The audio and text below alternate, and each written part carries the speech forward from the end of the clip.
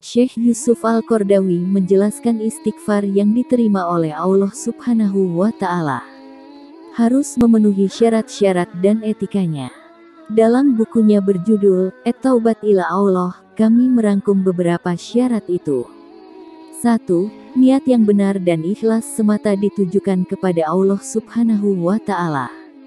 Karena Allah tidak menerima amal perbuatan manusia kecuali jika amal itu dilakukan dengan ikhlas semata untuknya.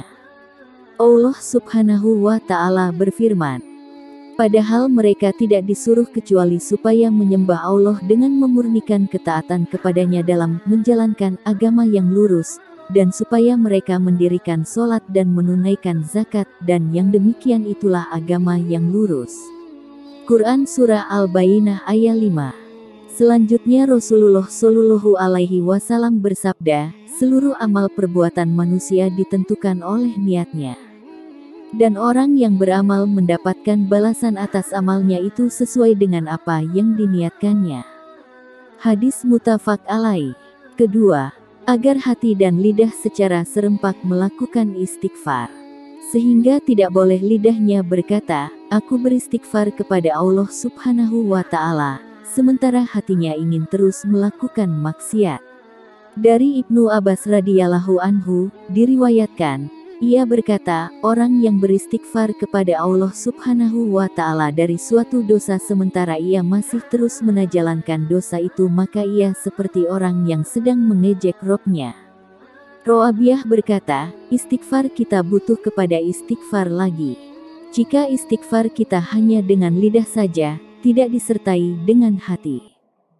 Ketiga, di antara adab yang melengkapi istighfar itu adalah agar ia berada dalam keadaan suci, sehingga ia berada dalam kondisi yang paling sempurna, zuhir dan batin.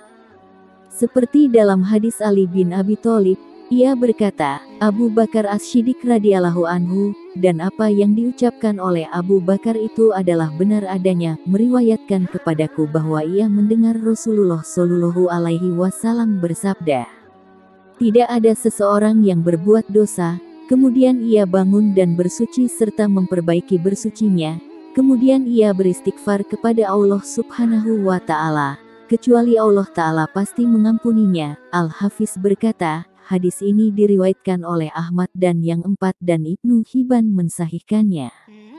Fathul Bari, 11/98. Sedangkan dalam Jami' Sagir dinisbahkan kepada Abi Daud dan Tirmizi. Sementara Al-Albani menyebutkannya dalam Do'if Al-Jami' 5006. Kemudian Rasulullah Shallallahu Alaihi Wasallam membaca ayat. Dan juga orang-orang yang apabila mengerjakan perbuatan keji atau menganiaya diri sendiri, mereka ingat akan Allah, lalu memohon ampun terhadap dosa-dosa mereka, dan siapa lagi yang dapat mengampuni dosa selain daripada Allah. Dan mereka tidak meneruskan perbuatan kejinya itu, sedang mereka mengetahui. Quran Surah Ali Imran ayat 135. Dalam hadis Abu Bakar secara marfu, dikatakan, tidak ada orang yang dianggap terus melakukan dosa jika ia langsung beristighfar dan meminta taubat, meskipun dalam satu hari ia dapat mengulang dosa itu sampai 70 kali. Dalam Fathul Bari, hadis dikeluarkan oleh Abu Daud dan Tirmizi juga.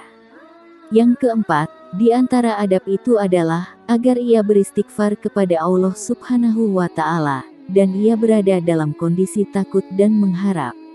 Karena Allah menyifati dirinya dengan firman-Nya, yang mengampuni dosa dan menerima taubat lagi keras hukumannya, yang mempunyai karunia.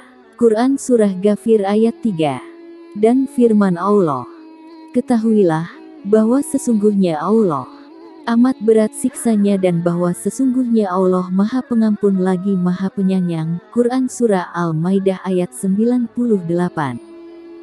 Sesungguhnya Tuhanmu benar-benar mempunyai ampunan yang luas bagi manusia sekalipun mereka zolim, dan sesungguhnya Tuhanmu benar-benar sangat keras siksaannya. Quran Surah Ar-Ra'd ayat 6. Kabarkanlah kepada hamba-hambaku, bahwa sesungguhnya akulah yang Maha Pengampun lagi Maha Penyayang. Quran Surah Al-Hijr ayat 49.